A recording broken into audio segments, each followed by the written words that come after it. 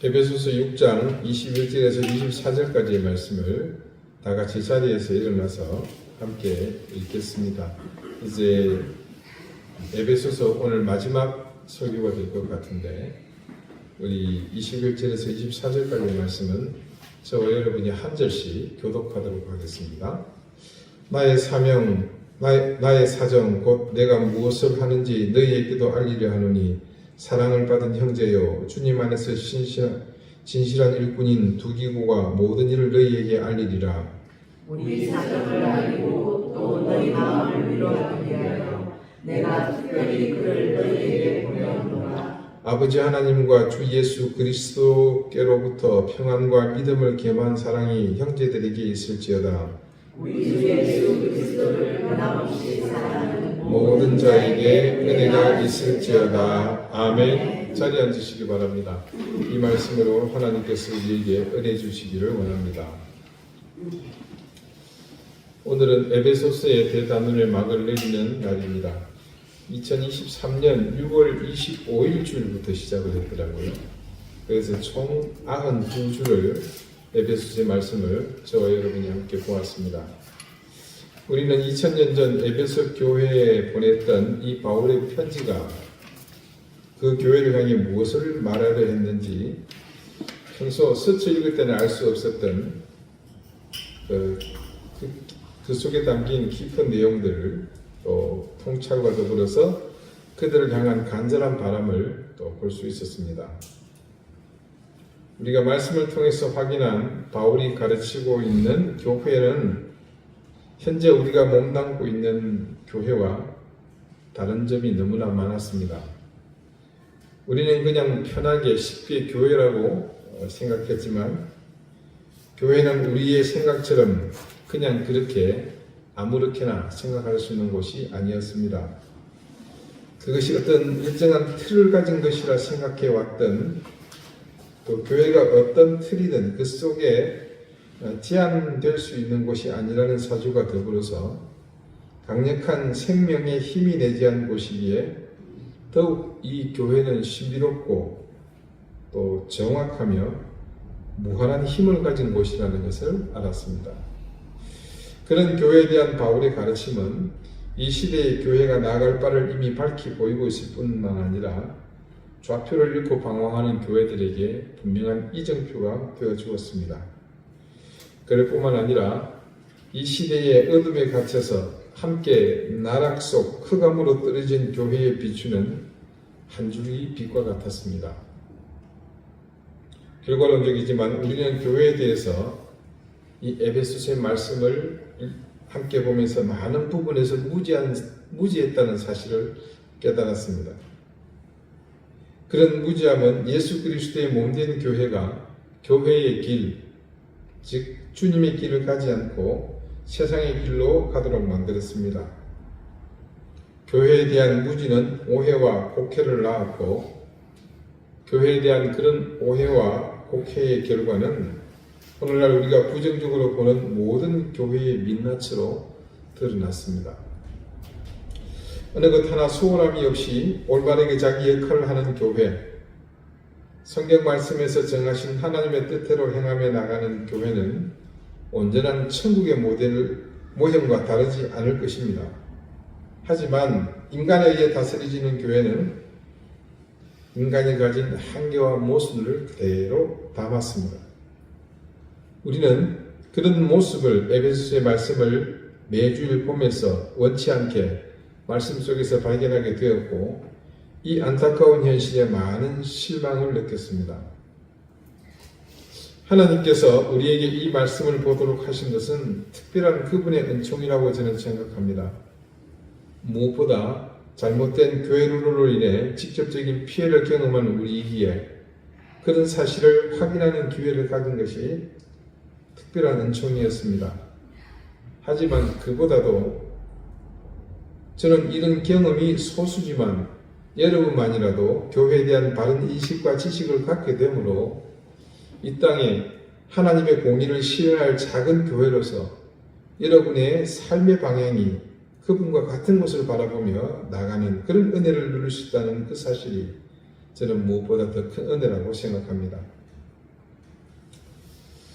오늘 4절의 말씀 가운데 단락을 구분하자면 2절씩 이렇게 나눌 수가 있습니다. 먼저 앞선 2절은 그냥 단순한 인사입니다. 어떤 사실을 고지하는 것이고요. 그리고 23절과 24절은 바울의 진심이 담긴 축복의 기도며 간구입니다. 특히 오늘 말씀의 제목이 담긴 23절에는요, 바울이 마지막 참된 교회로서 바로 서기를 바라는 이 에베소 교회의 성도들에 대한 의미 있는 인사말을 담고 있습니다.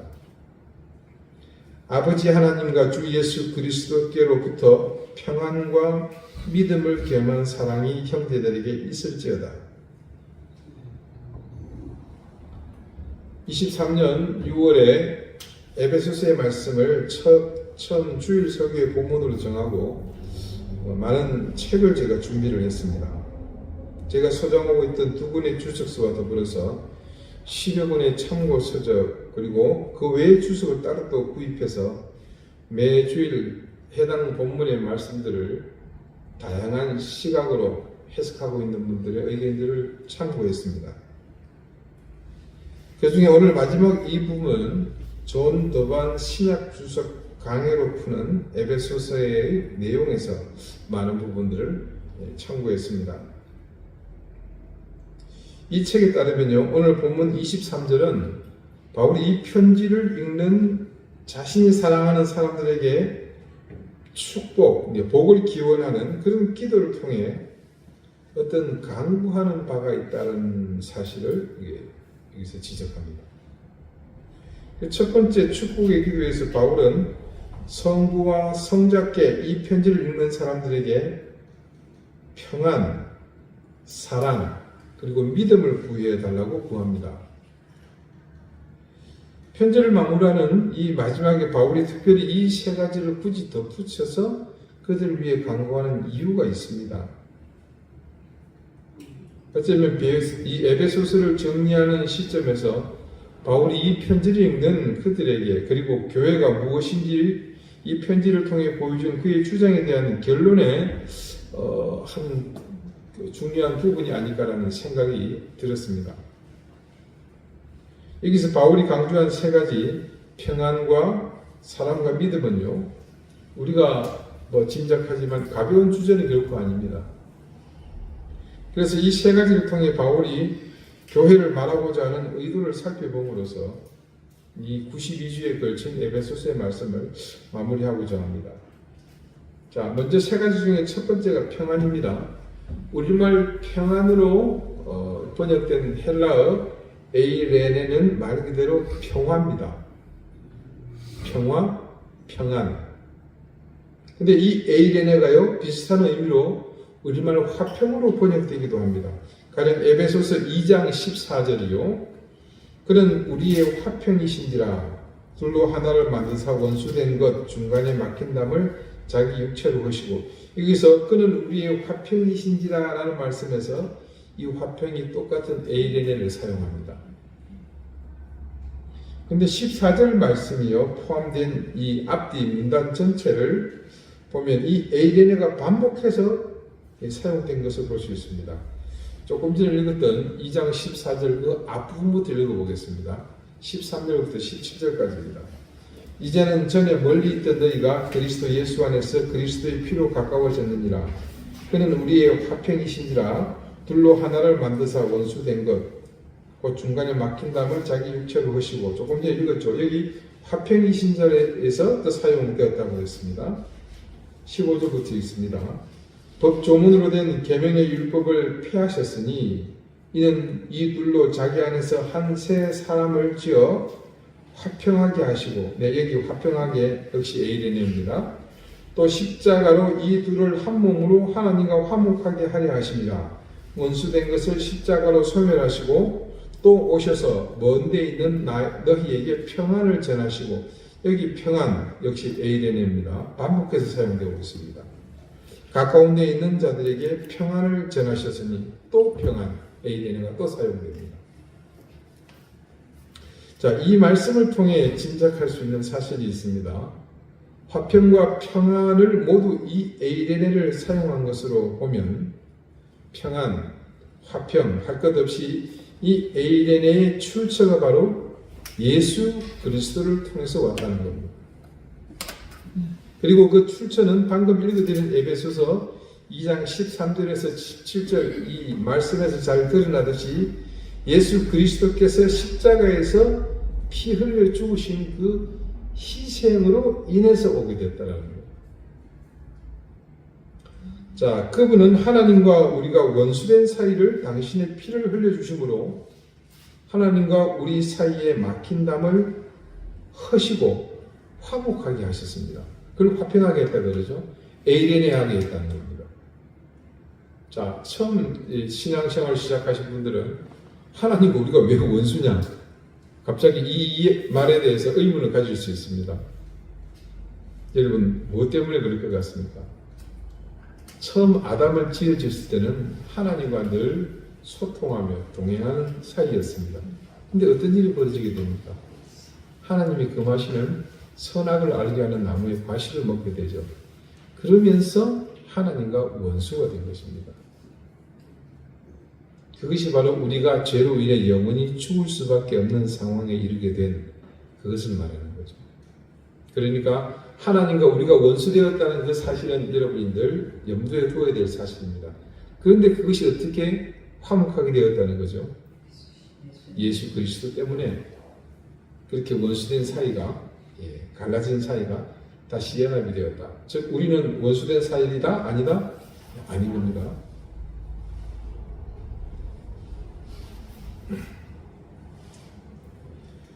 자,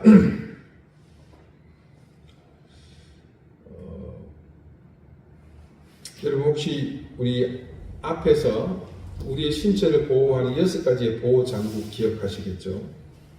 그 중에 칼리가로 불렸던 신발을 기억하실 것입니다. 그 신발이 그때 어떤 신발이었나요? 그리고 본문 한번 보실까요? 6장 15절을 보면요.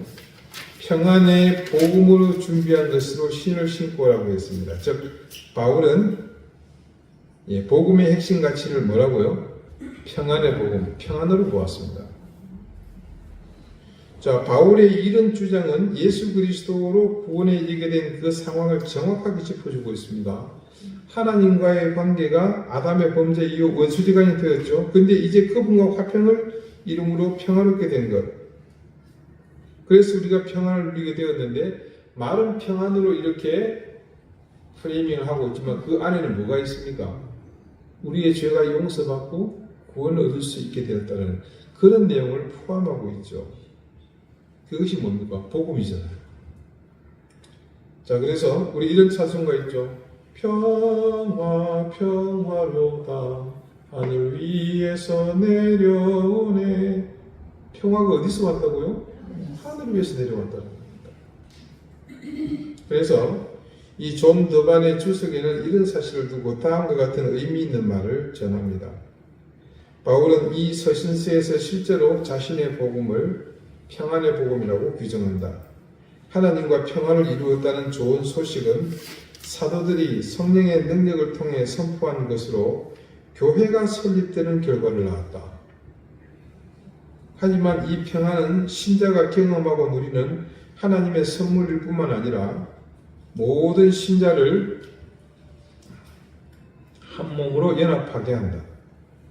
평안의 복음은 유대인과 이방인, 종과 자유인, 서로 다른 사회적 계층의 사람들, 온갖 다른 인종의 사람들 연합되게 한다.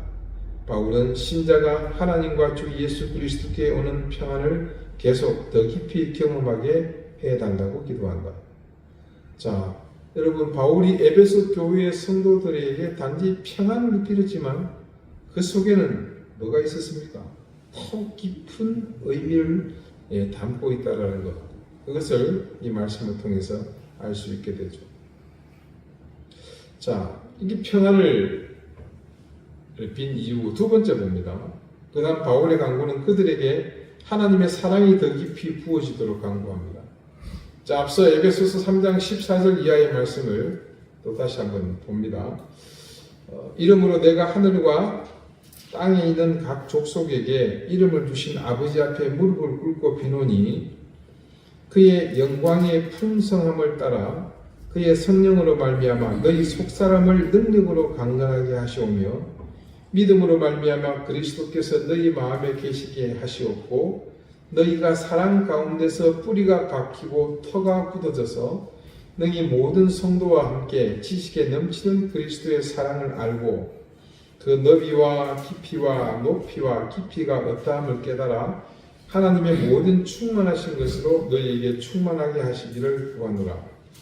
자, 여기서 바울은요, 에베소 교회의 성도들이 그리스도의 사랑을 알고 그 사랑의 뿌리가 박히고 터가 굳어지기를 간구하는 것을 볼 수 있습니다.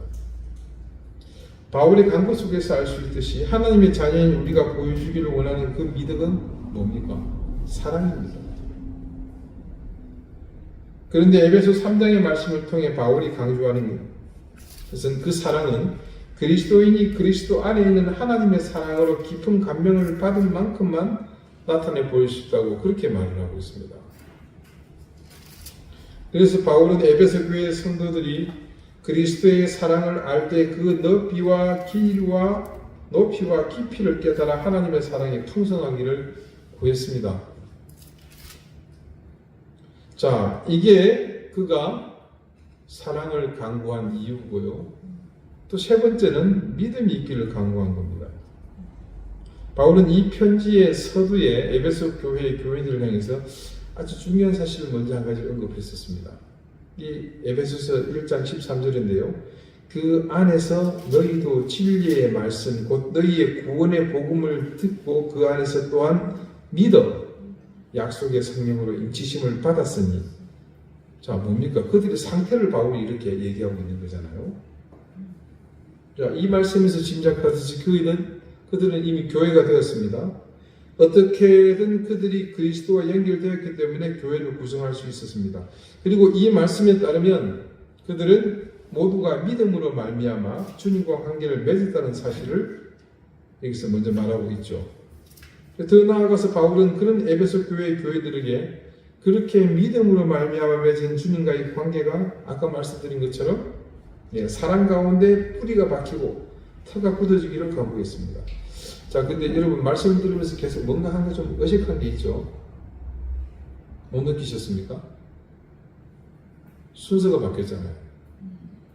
본문 말씀은 평안 그리고 믿음을 겸한 사랑인데,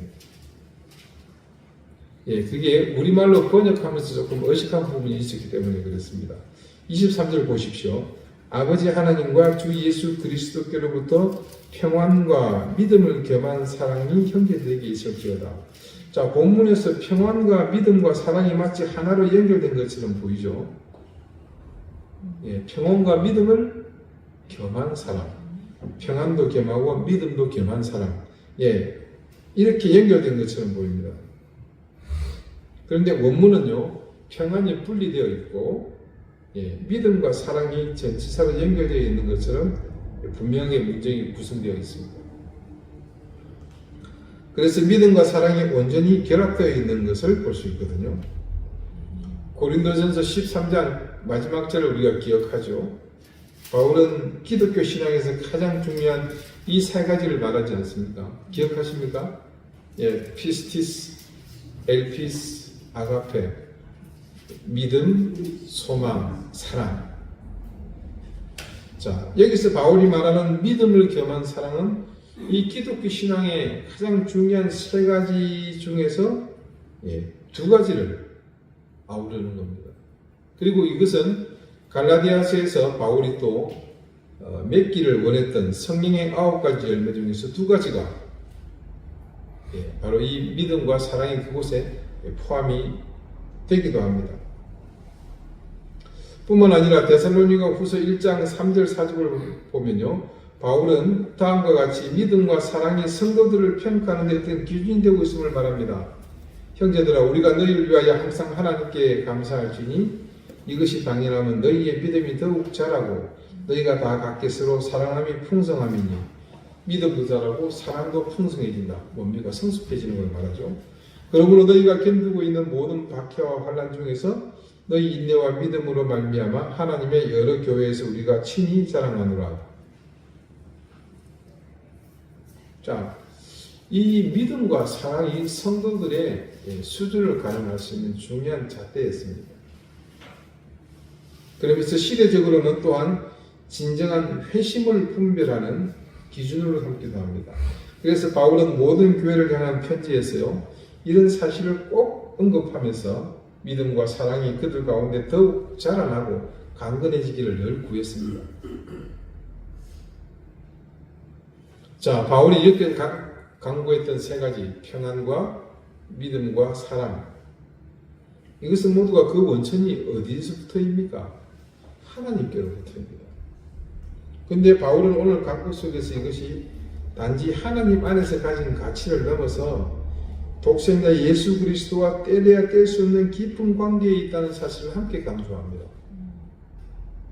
뭐 당연한 일을 왜 또 당연한 것처럼 얘기하나 이렇게 생각할 수 있겠지만, 우리가 이것을 깊이 있게 봐야 되는 이유는 다른 것이 아니고요, 우리의 삶의 목표와 본보기가 누굽니까? 예수 그리스도잖아요. 그렇다면 이것이 곧 우리 삶의 목적과 방향으로 연결되어지기 때문에 그런 것입니다. 그래서 평안과 믿음과 사랑은 교회된 우리가 마땅히 앞으로 갖추어야 할, 쫓아야 할 우리의 사명이 되는 겁니다. 바울이 자신이 교회들에게 보냈던 편지 속에서 드러난 평안과 믿음과 사랑이 가진 의미를 보면서요, 우리는 특별히 이 세 가지가 에베소 교회를 통해 교회를 이해하는 중요한 도구가 됨을 여기서 다시 한번 깨달을 수 있습니다. 교회와 평안, 교회와 믿음, 교회와 사랑. 누가 보더라도 그리스도인이라면 이것은 별개의 것이 아니며 분명 교회의 중요한 가치이고 핵심이고 세상적으로는 미덕임을 알 수 있습니다. 여러분 상상해 보십시오. 교회 안에 평안이 사라지고 믿음이 사라지고 사랑이 없어졌다고 생각해 보십시오. 세상에 그보다 더 지독한 지옥은 없습니다. 그래서 교회는 반드시 바울이 강구한 이 세 가지가 있어야 합니다. 지난 목요일에 대전에서 상당히 규모가 있는 교회를 목회하고 있는 친구 목사와 긴 시간 전화통화를 좀 했습니다. 목회에 대한 여러 가지 이야기를 나누다가 서로 공감하면서 염려한 것은 현 시국 속에서 교회의 위치입니다. 또한 교회의 분위기요. 모두가 다 아는 사실이지만 그 친구 목사가 염려하는 것은 교회가 지금 해야 할 말을 제대로 하지 못하고 있다는 겁니다. 일반적으로 진영이 나뉜 시점에서 교인들 역시 그런 선동에 부안해동하면서 마치 사르는 판을 걷는 것과 같다고 그 친구가 말을 하더라고요. 목사가 설교 시간에 말씀이 의미하는 바를 따라 하나님의 말씀을 전하는데도 불구하고 자기 뜻과 다르다는 이유로 항의를 해온다는 소리를 들었습니다. 여러분, 하나님의 말씀이 말씀 그대로 그 자체로 들리지 않고 자기 기준에 따라 들린다면 그것은 아주 심각한 문제입니다. 단적으로 그렇게 들리는 사람에게 예수님은 존재하지 않는다고 봐야 합니다. 이는 다른 말로 성령께서 그 속에 내주하지 않는다는 뜻인데, 그럴 때는 그 사람의 모든 판단과 결정에 무엇이 우선 개입되겠습니까? 네, 자기 생각, 자기 의지 이외에 어떤 것도 개입이 될 수가 없습니다. 그래서 이런 불안은 단적으로 그 가운데 평안이 없다는 것인데, 예수 그리스도가 그 안에 없으니 평안이 없는 것은 어쩌면 당연한 일일 겁니다. 교회에 평안이 없다는 것은 그래서 교회가 정상적인 교회일 수 없다는 뜻이며, 이는 올바른 교회, 심지어 정상적인 교회로서의 기능을 할 수 없게 될 확률이 아주 높습니다. 어떻게 보면 우리가 공감하는 교회의 위기는 바로 여기서부터 출발한다고 봐도 무방합니다. 그리스도의 화평하게 하시는 은혜가 없으니 그곳에서는 당연히 평안이 있을 수 없습니다. 그렇다면 교회는 더 이상 교회일 수 없는 겁니다. 사랑이 없는 교회도 마찬가지입니다.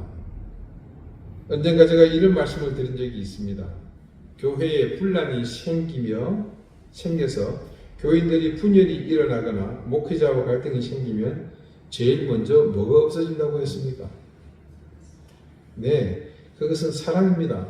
여러분 어찌 보면요, 교회를 이렇게 들어가지고 탁탁탁탁 틀면 후두두두둑 떨어지는 게 사랑이 아니겠습니까? 우리가 만날 제일 많이 얘기하는 게 사랑이잖아요. 아마 이 공간에 가득 채워진 수많은 소리의 흔적들을 다 채집하면 그 속에 제일로 많이 나오는 게 사랑일 겁니다. 여기저기가 다 사랑인데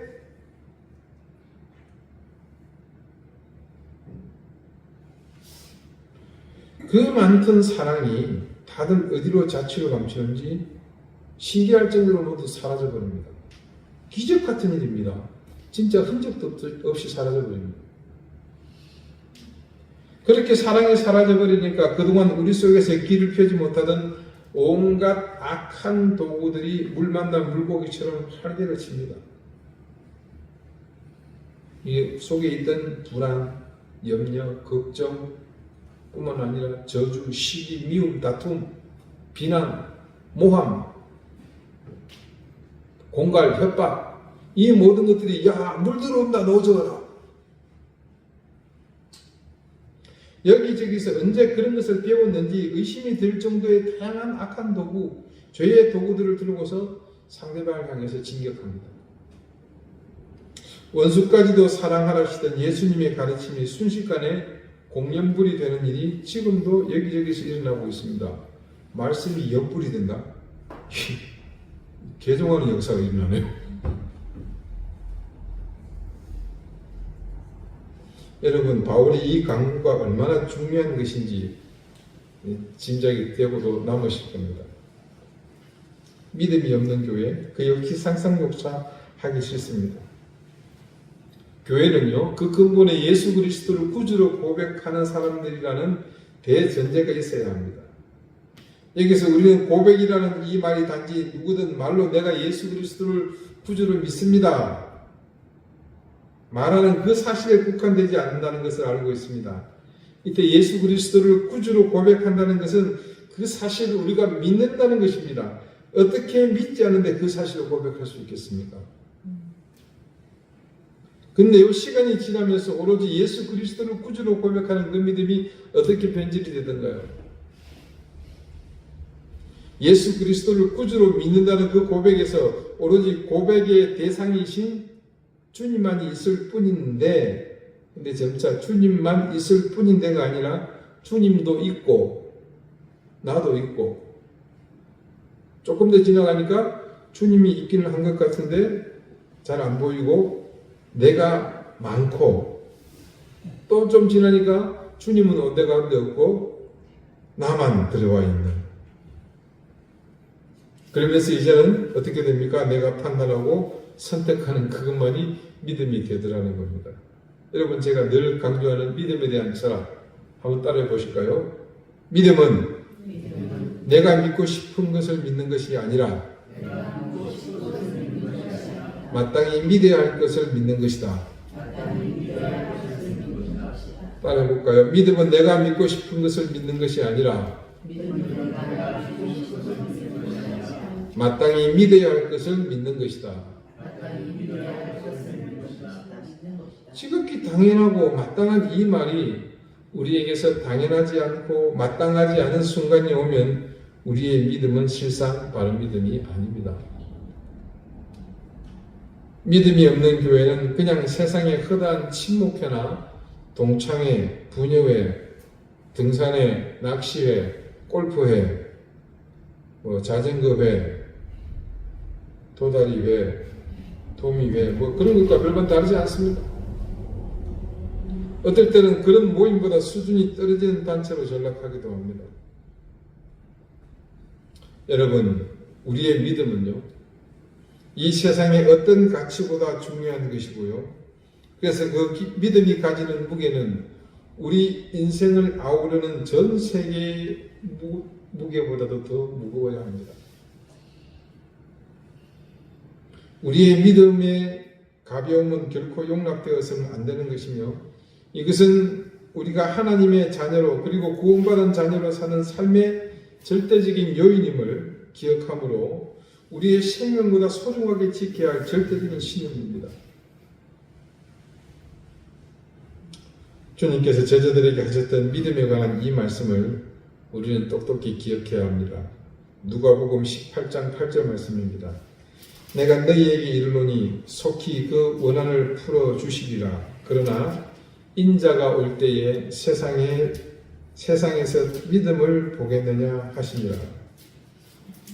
이 말씀에서 주님이 인자가 올 때라고 하신 그때는 주님의 재림이 있을 때를 말하겠죠. 시간상으로 그때는 아마도 세상에 혼돈이 깊어지고 종말이 이르렀을 때일 겁니다. 그때 우리 가운데 어떤 일들이 일어나겠습니까? 사방천지의 이단이 득세하며 그리스도인들에게 핍박이 임할 때입니다. 그런 때에 주님이 오시면 참 믿음을 가진 사람을 보기 어려울 것이라는 말씀입니다. 우리 주님께서 굳이 이 말씀을 하신 이유가 무엇이겠습니까? 점차 믿음을 지키는 일이 어려워지리라는 것을 주님이 아셨기 때문일 겁니다.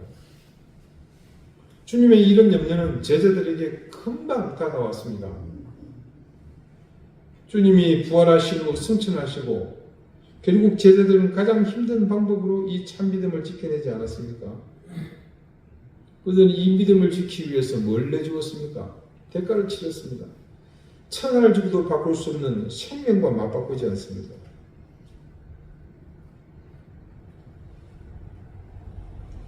이제 에베소서의 모든 말씀을 마치면서 마지막 바울이 에베소 교회를 향해 간구하며 축복한 이것, 평안과 믿음을 겸한 사랑이 있기를 바란 것은 이제 후로 이 땅에 세워질 모든 교회에 반드시 이것이 있어야 할 것이기에 우리 교회는 이 말씀 앞에 우리 자신은 물론 우리 교회를 함께 세워야 할 줄 믿습니다. 저는 이든 교회 담임 목사로서 여러분에게 주님이 십자가에 흘리신 보혈로 하나님과 화평을 이루게 하신 그 평안이 여러분 안에 가득해지시기를 빕니다. 또한 여러분에게 흔들림 없는 굳건한 믿음, 여러분 인생의 모든 것을 합친 것보다 더 무거운 가치를 지닌 그런 믿음을 겸한 사랑이 여러분 가운데 뿌리를 내리고 깊이 박혀서 굳건해지기를 바랍니다. 이것은 비단 여러분만이 아니라 이 땅의 모든 그리스도인이, 이 땅의 모든 교회가 변함없이 겸비해야 할 것이라 생각합니다. 지금 세상은 교회가 세상에서 해야 할 마땅한 일을 하기에 너무나 많은 것을 잃어버렸습니다.